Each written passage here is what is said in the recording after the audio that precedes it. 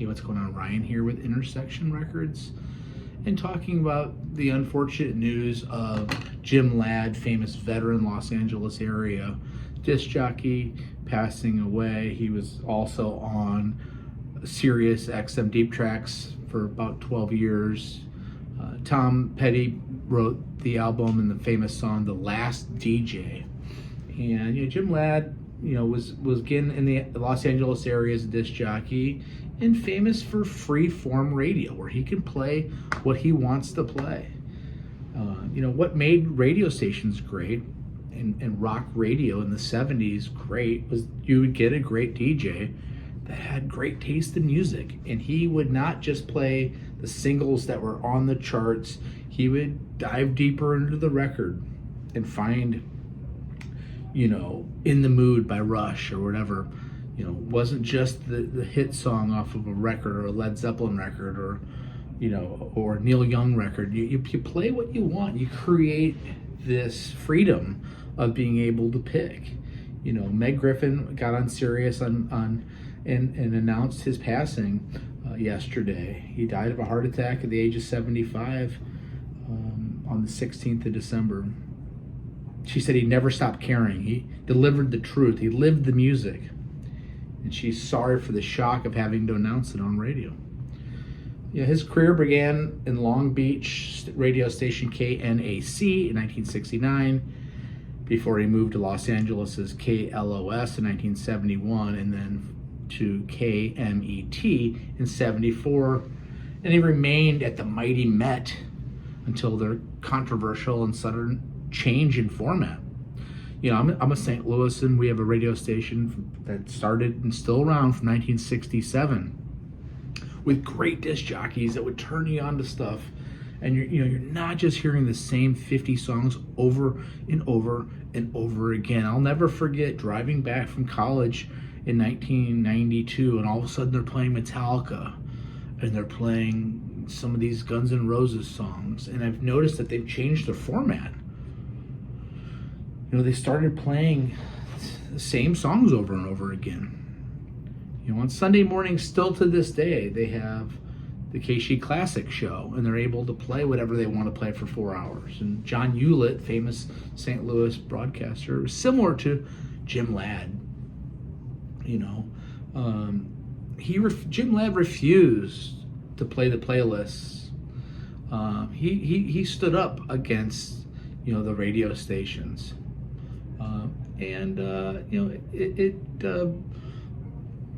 affected his career. He stayed at KLOS under what was called the free form radio approach then from 1997 to 2011 before moving to Sirius. So he did have a period again where they changed the format in 87.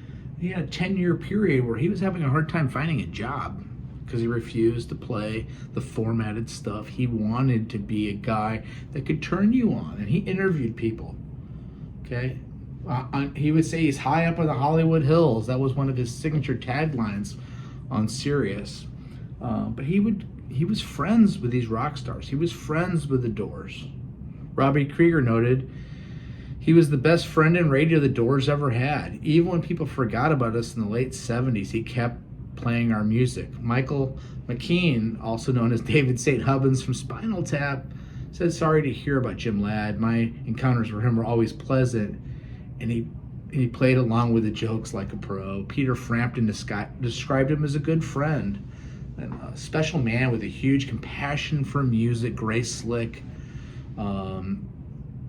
said his curiosity and care could be felt in each of his broadcasts. He did care. Cared about turning you on to good music.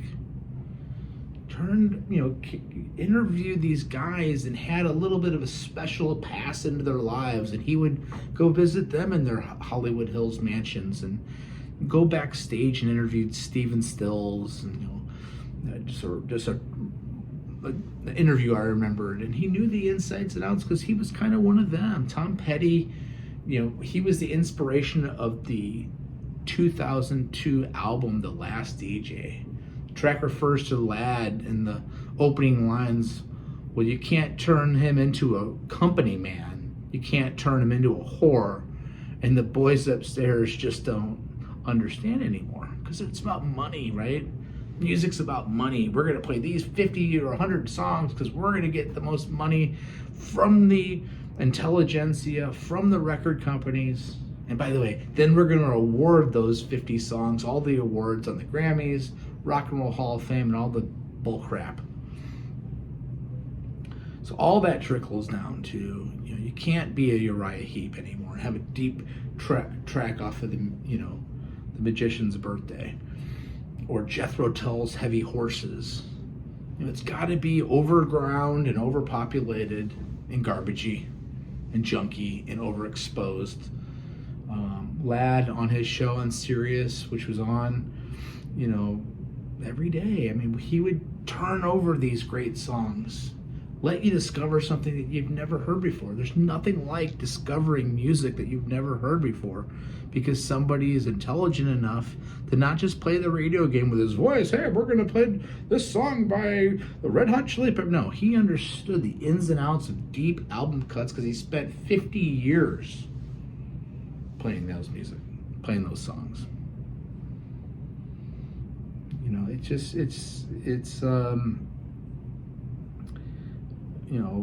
Rest in peace, Jim Ladd. You were a pioneer. You were a guy that said, you know what, I'm not going to play the game. I'm going to play it the way I want to do it. And radio stations like KSHE, keep doing your Sunday morning KSHE Classic show, which is a 4-hour show where John Hewlett plays what he wants to play.